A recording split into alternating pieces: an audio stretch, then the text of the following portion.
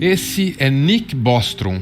4 anos depois do lançamento de Matrix, ele publicou The Simulation Argument. Esse é o artigo que colocou a hipótese da realidade simulada no centro da filosofia desenvolvida no século XXI. Aqui, Bostrom observa o progresso das simulações que a humanidade já está desenvolvendo. E aí, ele trabalha com 3 cenários diferentes. O cenário número 1 diz que todas as civilizações se extinguem antes de serem capazes de desenvolver uma simulação idêntica à realidade. No cenário número 2, as civilizações que se tornam capazes de desenvolver simulações iguais à realidade escolhem não fazer isso por um motivo ou outro. No terceiro cenário, a capacidade de desenvolver uma simulação idêntica à realidade existe e, de fato, se concretiza. Para a hipótese da realidade simulada, é esse terceiro cenário que interessa. Se ele for o correto, então existem grandes chances de que nós estejamos vivendo dentro de uma realidade simulada. So there's this argument that shows that one of these 3 is true. And the full argument involves some probability theory, but the basic idea can be grasped quite simply, which is that suppose it were the case that the first possibility did not obtain. So then some non-trivial fraction of civilizations at our stage eventually reach technological maturity. Then suppose the second possibility also does not obtain. So some non-negligible fraction of those mature civilizations are still interested in using the resources to running ancestor simulations. You can then show that because each mature civilization that devoted some resources to this purpose could run astronomical numbers of ancestor simulations, you can show that if the first 2 possibilities do not obtain, then there will be many, many more simulated people like us than there will be non-simulated people like us. In other words, almost all people with our kinds of experiences would be living inside simulations rather than outside them. O mérito do texto de Bostrom é formular as hipóteses a partir de observações empíricas. E essa é uma característica da filosofia desenvolvida no século XXI.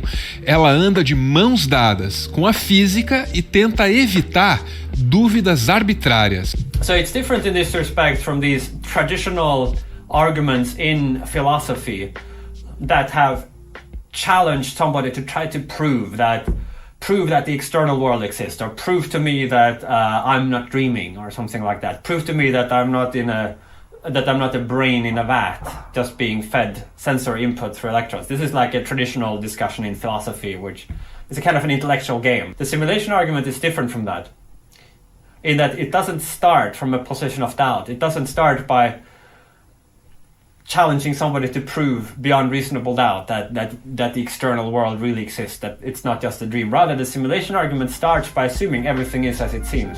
A hipótese da realidade simulada tem muito respaldo dentro da ciência. George Smoot tem um Nobel de Física. Ele ganhou esse prêmio estudando a radiação emanada pelo Big Bang.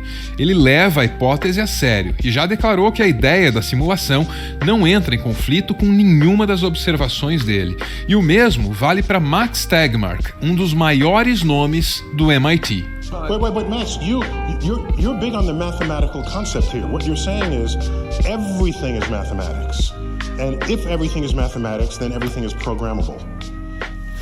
That's right. And so I think, as in answer to Lisa's question, David put it very well in the beginning. In physics, we aren't ever able to really prove that something is true. The only people who prove stuff are mathematicians.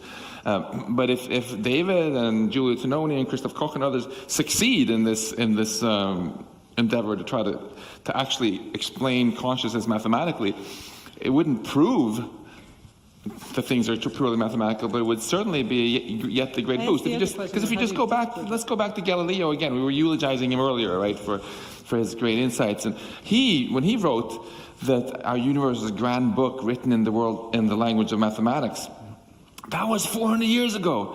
And more has been explained by math. I think Galileo would be really impressed if he were on stage.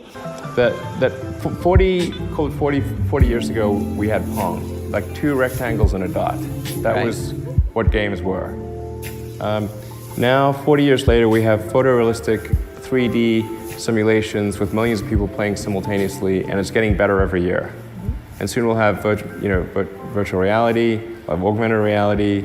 If you assume any rate of improvement at all, then the games will become indistinguishable from reality. Just indistinguishable. Even if that rate of advancement drops by 1,000 from what it is right now, then you just say, okay, well, let's imagine it's 10,000 years in the future, which is nothing in the evolutionary scale. So given that we're clearly on a trajectory to have games that are indistinguishable from reality, and those games could be played on any set-top box or on a PC or whatever, and there would probably be, billions of such, computers or set-top boxes, it would seem to follow that the odds that we're in base reality is 1 in billions. So the assumption then is that somebody beat us to it, and this is a game. No, there's a 1 in billions chance that this is base reality. Oh, okay. What do you think? Well, I think it's 1 in billions. Okay. Só o futuro vai dizer se a humanidade será capaz de criar uma simulação indistinguível da realidade. Até lá, a gente tem que se contentar com Matrix, uma representação ficcional dessa possibilidade. A parte boa é que a chance de você não tirar nada de bom desse filme é 1 em bilhões.